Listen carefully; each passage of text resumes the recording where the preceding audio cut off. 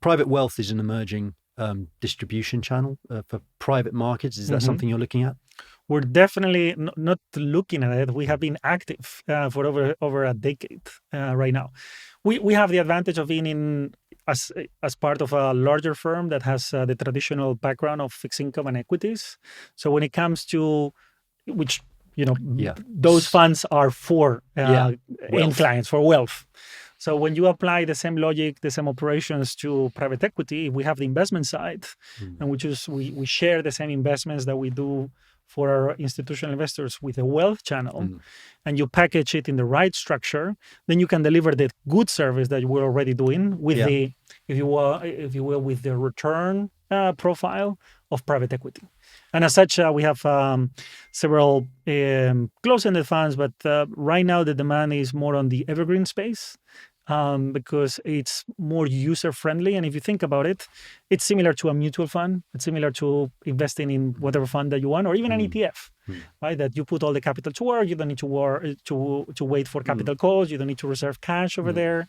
You have monthly reporting. You know how much it's worth every month. You don't need to wait for 3-4 months to get the report. So we're seeing significant demand. We launch a number of evergreen funds focused on private equity.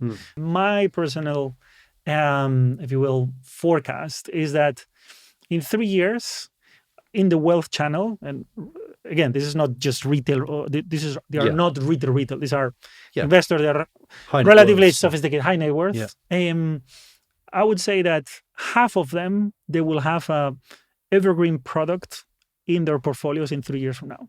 Could be in private equity, could be infrastructure, could be in credit, but they will have one. You heard it here first.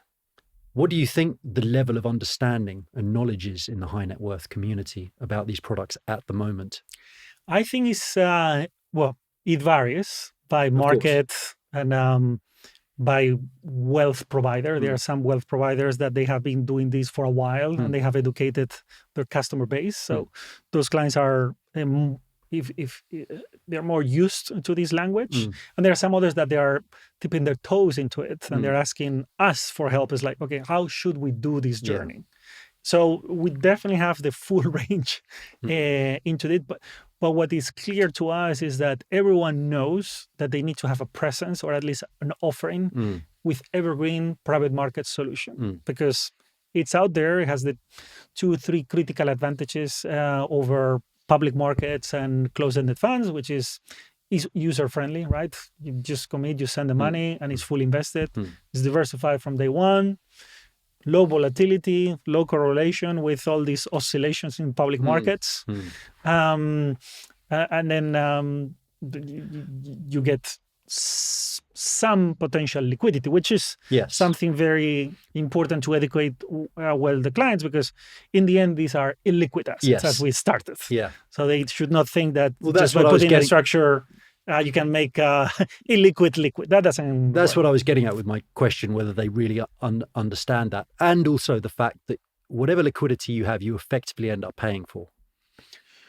Well, paying for in because terms of you return. need it because you need it in more liquid instruments. More liquid instruments, which are they yield less return. But that sacrifice of return, if you will, I think it compensates the luxury of being able to be invested and have the option to have some liquidity.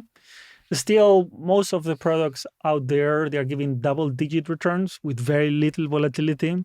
Really? So if you ask most of the people, say, hey, you want to have 10+% per annum something with some chance of getting liquidity out and it's going to be fairly stable. I think most of the people, they say, okay, tell me more about that. But how would you characterize the risk of those portfolios, though? Not just the volatility, but the risk of loss? I think they're very diversified. So I think the risk of loss is very low. Of course, there will be individual losses at the portfolio level, but at the overall level, I think it's relatively low. And definitely you will not have this volatility that the S&P had this year. Suddenly you are -10 or -15, and then suddenly you are +6. Everything in 5 months. Oh, probably you're going to have a stable plus, whatever, 0.5, +1% per month to go to that 10+% in these funds. Yeah. I've got a bit of a hobby horse about risk in the industry because everyone obviously wants to talk about returns. They're obviously very cautious about downplaying the risk from a regulatory perspective. Mm-hmm.